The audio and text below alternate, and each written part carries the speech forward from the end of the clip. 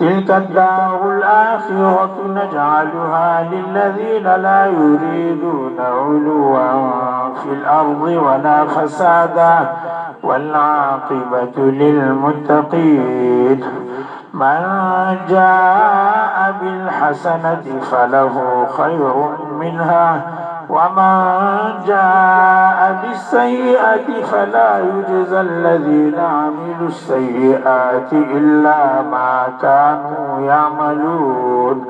إن الذي فرض عليك القرآن لرادك إلى معاد قل ربي أعلم من جاء بالهدى ومن هو في ضلال مبين.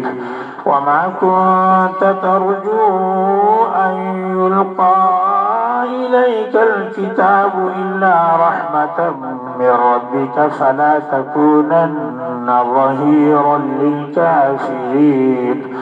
ولا يصدنك عن آيات الله بعد إذ أنزلت إليك وادع إلى ربك ولا تكونن من المشركين.